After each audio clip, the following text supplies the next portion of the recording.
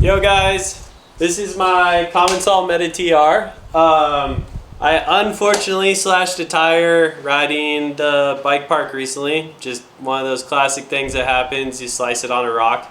But I thought I'd take this opportunity to show you guys how to change a tubeless tire. I know it can be intimidating for maybe somebody who's like newer or like a bit of a beginner with mountain biking. It's actually a super simple process, and hopefully we're going to get you the confidence to be changing your own tubeless tires after this. Alright, so first step on this, if you have a Shimano derailleur, you're going to want to undo your clutch to the softer mode so it's easier to have some chain slack. If you have a SRAM derailleur, they have like this little button that like you'll pull the derailleur forward, put the button, and it'll hold it locked like that. So you'll be good to take your wheel out. You're going to shift down to your smallest gear and then get like a 6 or an 8mm Allen key, whatever your axle is, and we're just going to undo the axle here.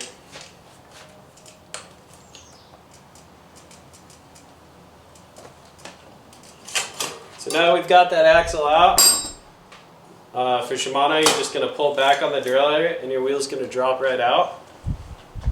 First step for getting the tire off, we're going to start breaking the bead all the way around. You want to get the bead off the edge of the wheel and into the center.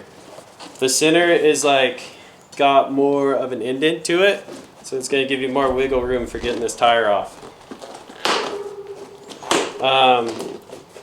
Some tires are going to be an absolute pain in the butt. Some are going to be super simple. It kind of just depends on the brand of tire and the brand of wheel.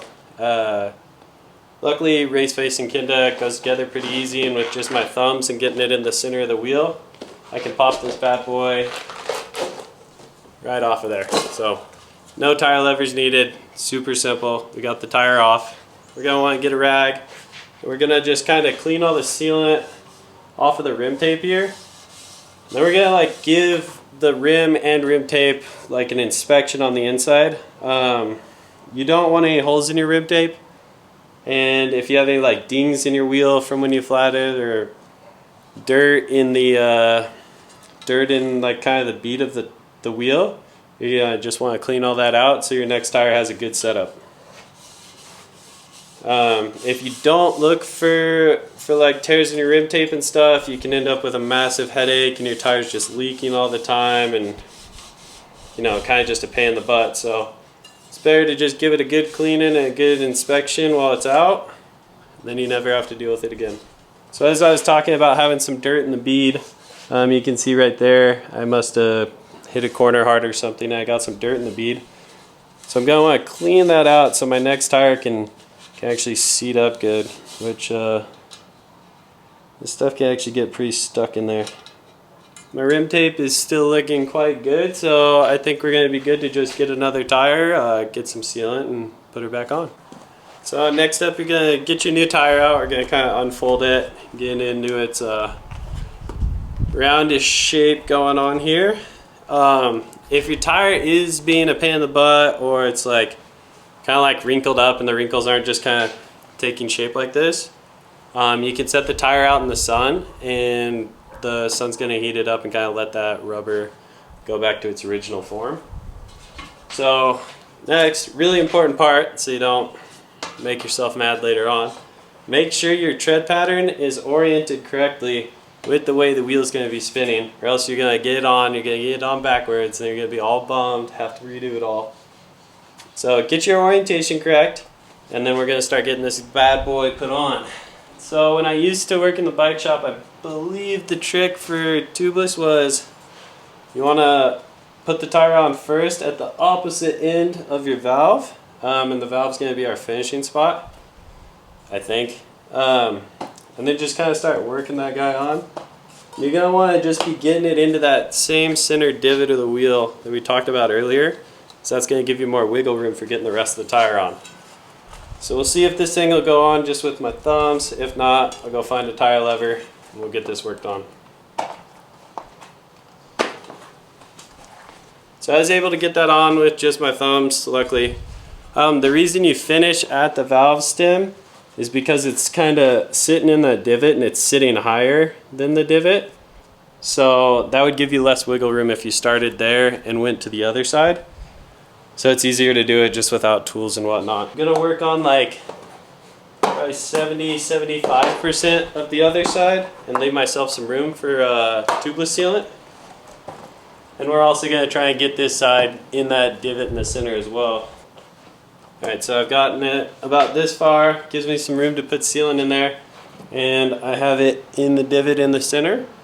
So now I'm gonna put some sealant in there and then take the valve core out and air it up. Don't have much sealant left, but I think that should be enough to do this tire. I like using Orange Seal. I'm not sponsored by them or anything, but this stuff is the bee's knees. I've always been super happy with it. Orange Seal, if you are watching this, I'd love to be sponsored by you.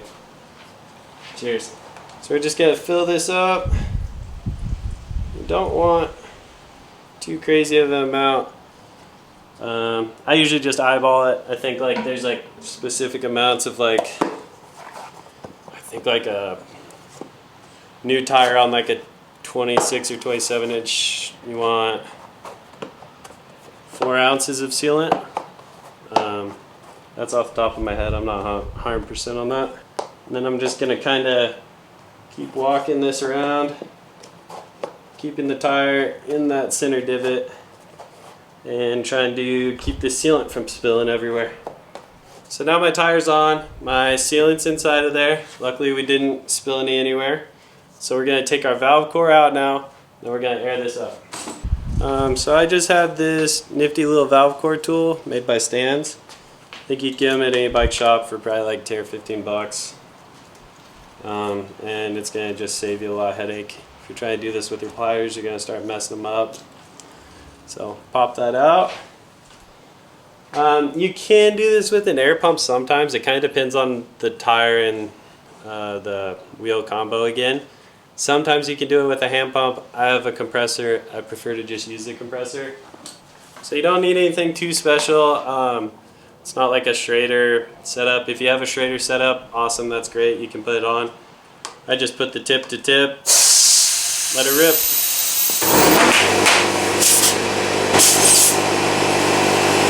Alright, so, sorry my compressor kicked on, super loud. I just held my finger over it after I had heard the tire seat all the way around. And to check it's seated, you're going to just kind of look around the whole edge of the wheel and make sure this little lip is hanging over, and check both sides. So I just covered it with my finger, had the valve core still in the tool ready to go, slipped it on in there. Still have tons of pressure. Now you just kind of want to bounce it around, try and get that tire sealant all moved around inside the tire, bounced over. You kind of just want to like recoat the whole inside of the new tire so that no air can get out. I mean, sometimes after you change a tire, like the first day, you might have some air loss. But after your first ride, you should be all good again. So now to put the wheel back in, we're just gonna kind of reverse engineer those steps. You want to grab your axle. You're gonna try and pull your derailleur a bit. Get the chain on that hardest gear. And make sure your chain's over your chainstay.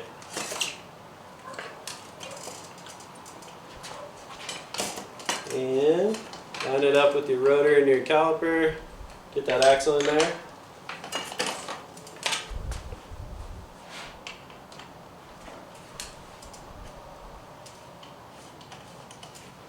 And boom. Make sure that rear axle's on good and snug. You don't have to go crazy, but you do want good and snug. You don't want that coming loose. Back wheel falls off, something crazy like that, right?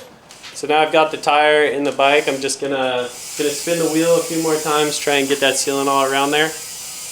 But other than that, she should be good to go. Maybe check the tire pressure with a real pump. And be on your way, get back out shredding. As you can see, it's like a super simple process. Just kind of got to pay attention to what you're doing. And you know, you're going to save what, like 20 bucks, 30 bucks going to a bike shop if you do it yourself. And there's not much to be intimidated by. So thank you guys for watching, and hopefully you guys get to crush your own bike work now.